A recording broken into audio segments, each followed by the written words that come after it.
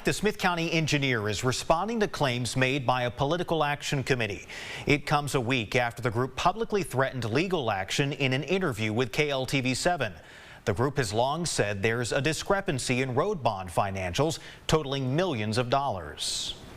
In a briefing for Smith County commissioners, County Engineer Frank Davis tackled a claim made by conservative PAC Grassroots America We the People, who first alleged a $7 million discrepancy last year. There's no missing money. It's all been accounted for through the purchase orders.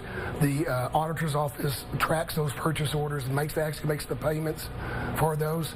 Davis told the court that money was used to overlay county roads. Work he says was handled by road and bridge workers, not outside contractors. So it was just handled through purchase orders and our timesheets. County Judge Neil Franklin questioned Davis about a list of roads made public when the county was trying to pass the bonds, a list Grassroots America says the county deviated from.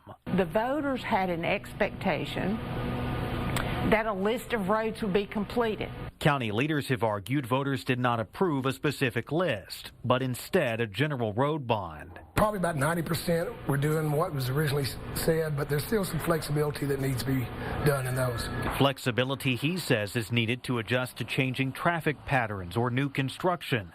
Today, Davis said he's accountable only to the court, the state of Texas, and the state board through which he is licensed.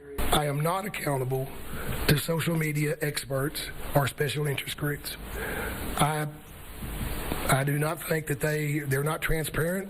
They're not accountable to anybody, but yet they make comments and accusations that affect people's reputations and livelihoods.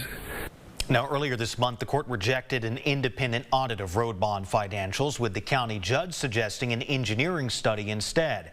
Joanne Fleming recently told KLTV her group was prepared to file a court order forcing an audit.